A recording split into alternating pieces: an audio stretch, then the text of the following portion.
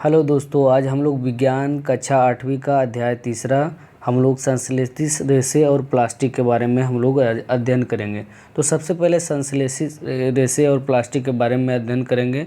तो आपको मैं बता देता हूं कि हम लोग इस प्रकार से नहीं पढ़ेंगे, हम लोग शॉर्ट नोट्स के माध्यम से पढ़ेंगे और जिससे क्या होगा, आपको समझने में बहुत ही आसानी होगा। क्योंकि इस तरीके से हम लोग पढ़ते हैं तो समय का बहुत ही होता है। यह वीडियो रिवीजन के माध्यम से बनाया गया और आपको एक भी टॉपिक छूटने वाले नहीं है और अंत में सारे प्रश्नों का हल आसानी से आपको हो जाएगा। तो चलिए वीडियो को स्टार्ट करते हैं बिना देर किए हुए।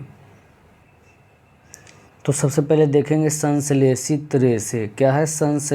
संश्लेषित रेशे और प्लास्टिक इस चैप्टर का नाम है। तो संश्लेषित रेशे का मतलब क्या होता है? संश्लेषित रेशे का मतलब होता है कृत्रिम या मानव निर्मित रेशे। कृत्रिम या मानव निर्मित रेशे। तो चलिए देखते हैं रेशे। सबसे पहले रेशे के बारे में हम लोग पढ़ेंगे, उसके बाद प्लास्टिक के बारे में पढ़ेंगे, कौन कौन से प्लास्टिक हैं और कौन कौन से प्रकार के प्लास्टिक होते हैं। तो चलिए पढ़ते हैं। प्राकृतिक रेशे सबसे पहले जानते हैं। प्राकृतिक रेशे पौधे अथवा जंतुओं से प्राप्त रेशे को प्राकृतिक रेशे कहा जाता है। जैसे कपास, ऊन, रेशम इत्यादि क्या है? प्राकृतिक रेशे हैं। यानी नेचुरल तरीका से जो भी रेशा प्राप्त होता है उसे क्या कहेंगे? प्राकृतिक रेशे कहेंगे। तो कौन सा प्राकृतिक रेशे हो गया? कपास हो गया, ऊन हो गया, रेशम हो गया इत्यादि हो गया। ये सब क्या है? प्राकृतिक रेशे। अब आइए हम लोग जो पढ़ रहे थे संश्लेषित रेशे, उसके बारे में इस चैप्टर में पढ़ना है। तो चलिए स्टार्ट करते हैं। संश्लेषित रेशे, संश्लेषित रेशे या मानव निर्मित रेशे भी उसको कह सकते हैं जो मानव द्वारा बनाया गया है, या उसको कृत्रिम रेशे भी कह सकते हैं। तो क्या है? यह मनुष्यों द्वारा प्राप्त की जाने वाली रेशे हैं। तो कौन कौन सा हो जाएगा? रेयॉन, नायलॉन और पॉलिएस्टर। ये सब क्या है? मानव निर्मित रेशे हैं। इसको याद करने के लिए थोड़ा सा देख लीजिए। रेयॉन, नायलॉन और पॉलिएस्टर, ये तीन प्रकार के क्या है? मानव निर्मित रेशा है। और प्राकृतिक रेशा कौन सा हो गया? कपास, ऊन, रेशम इत्यादि क्या है? प्राकृतिक रेशा। तो चलिए धीरे धीरे स्टार्ट करते हैं। रेयॉन के बारे में हम लोग जानेंगे। रेयॉन क्या है? रेयॉन यह तो जान गए कि मानव निर्मित रेशा है। तो मानव निर्मित या कृत्रिम रेशा है। इसका निर्माण कास्ट लुगदी के रासायनिक उपचार से प्राप्त किया गया है। यह रेशम से काफ़ी मिलता जुलता हुआ रेशा है। आपको नाम में भी थोड़ा लग रहा होगा रेयॉन, यानी रेशम से यह मिलता जुलता है। रेशम से मिलता जुलता यह है। तो क्या हो गया? रेयॉन है जो रेशम से मिलता जुलता है।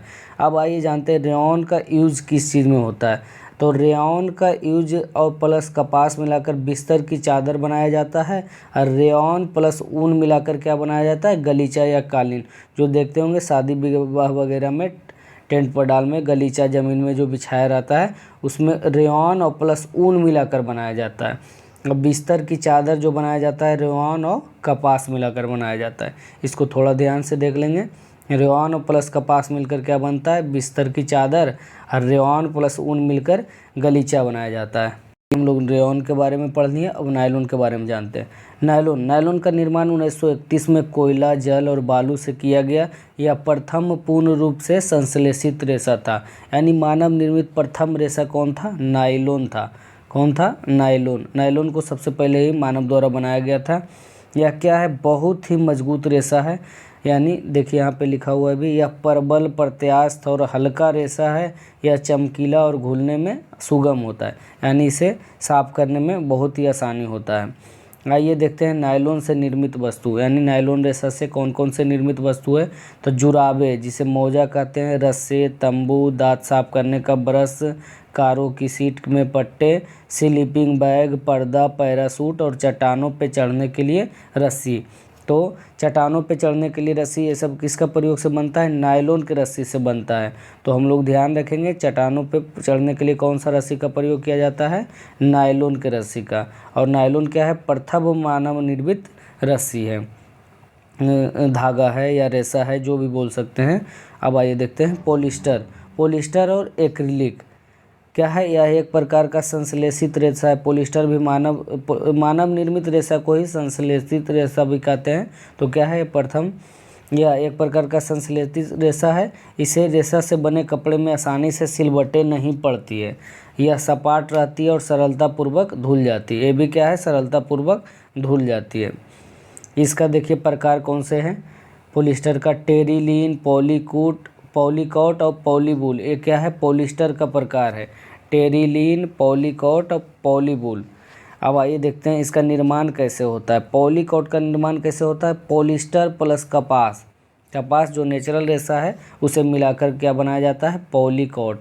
पॉलिस्टर और प्लस कपास मिलाकर क्या बनाया जाता है, पॉलीकॉट। अब पॉलीवूल कैसे में बनाया जाता है, पॉलिस्टर प्लस ऊन मिलाकर बनाया जाता है।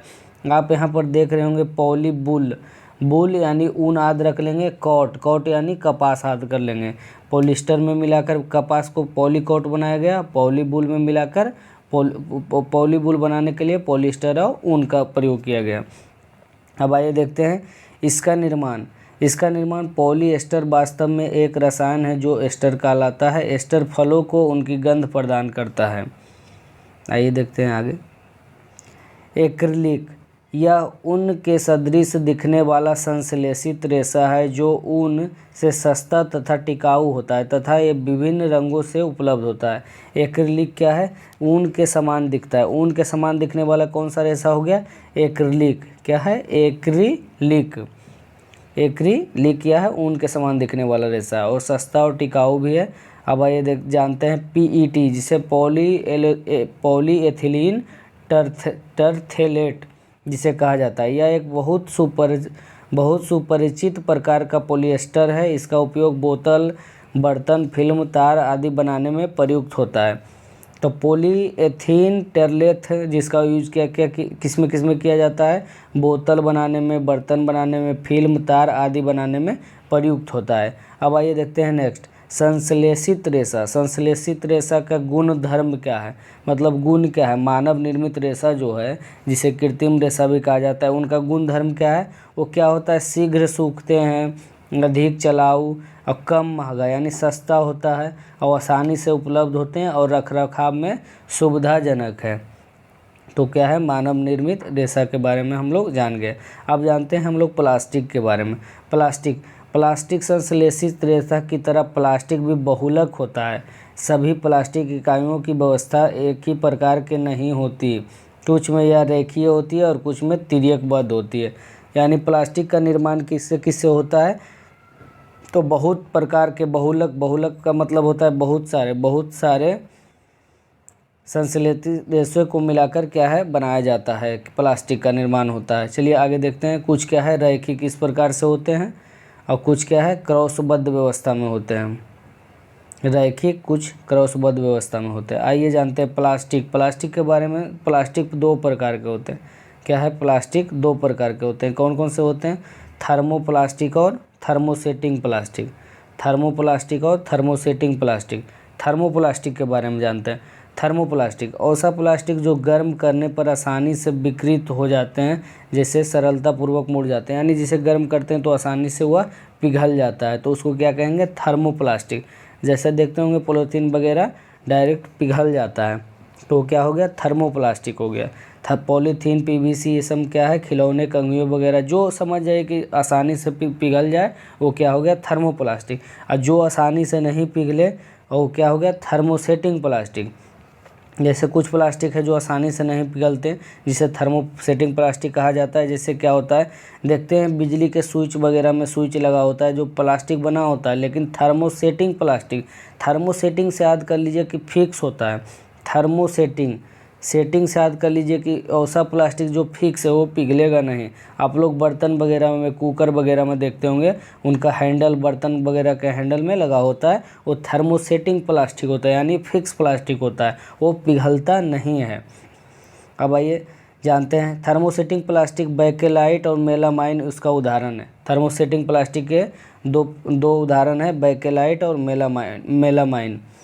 यह क्या है, ऊष्मारोधी होता है और विद्युत का कुचालक होता है, अग्निरोधी भी होता है। मेलामाइन जान लीजिए, मेलामाइन क्या है, अग्निरोधी, माने आग फायर फाइटर जो होते हैं, जो आग बुझाने वाले होते हैं, वो मेलामाइन यानी अग्निरोधी वस्त्र पहनते हैं। तो किस चीज़ का बना होता है, मेलामाइन। ध्यान रख लेंगे इस चीज़ का, कभी प्रश्न आ जाता है एग्जाम में कि जो फायर फाइटर होते हैं, आग बुझाने वाला, वो किस वस्त्र पहने होते हैं, उस पर कौन सा प्लास्टिक का यूज किया होता है, तो वो मेलामाइन का। अब बैकेलाइट का प्रयोग कहाँ कहाँ होता है? बिजली के स्विच बनाने में, बर्तन के हत्थों में, फर्श की टाइल्स वगैरह में, फर्श की टाइल्स वगैरह में यूज होता है। ये क्या है? जल्दी मतलब पिघलता नहीं है, थर्मोसेटिंग, जल्दी पिघलता नहीं है।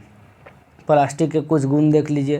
प्लास्टिक अभिक्रियाशील है, प्लास्टिक हल्का है और प्रबल और चिरस्थायी है। प्लास्टिक क्या है? कुचालक है, विद्युत का कुचालक है। अब आइए जानते हैं टेफ्लॉन के बारे में। आप लोग बर्तन देखते होंगे, एक ऐसा बर्तन अभी आया हुआ है, उसमें क्या है? खाना नहीं चिपकता है, तो उसमें क्या होता है?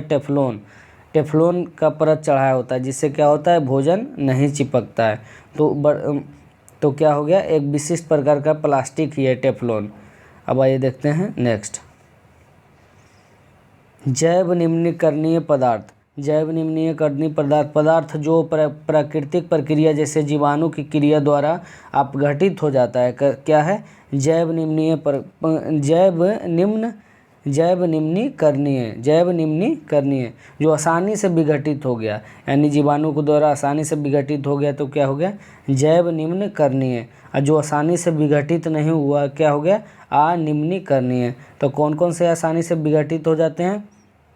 तो सब्जी, फलों के छिलके, बचा हुआ भोजन, कागज़, सूती कपड़ा, ये सब क्या है? आसानी से विघटित हो जाते हैं। और जबकि क्या है? प्लास्टिक की थैलियाँ वगैरह, धातुओं के डिब्बे क्या है? आसानी से विघटित, यानी उसका नष्ट आसानी से नहीं हो पाता है। जैसे आप प्लास्टिक का कचरा फेंक देते हैं तो उसी प्रकार से रह जाता है। और जबकि क्या होता है? सब्जी के, फल के छिलके, बचा हुआ भोजन, सूती कपड़ा, ये सब क्या है? आसानी से विघटित हो जाते हैं। उसी प्रकार से मानव निर्मित जो रेशा है वो भी आसानी से विघटित नहीं हो पाते हैं।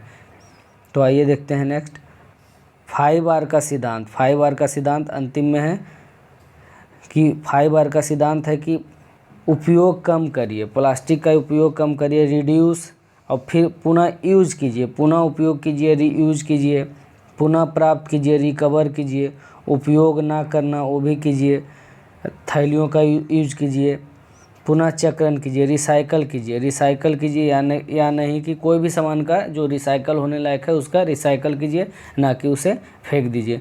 तो गाइज, अगर वीडियो अच्छा लगे तो चैनल को सब्सक्राइब कीजिए और लाइक कीजिए, और धीरे धीरे करके इसी प्रकार से NCERT आपको सारे कवर करा दिया जाएगा। और थैंक यू।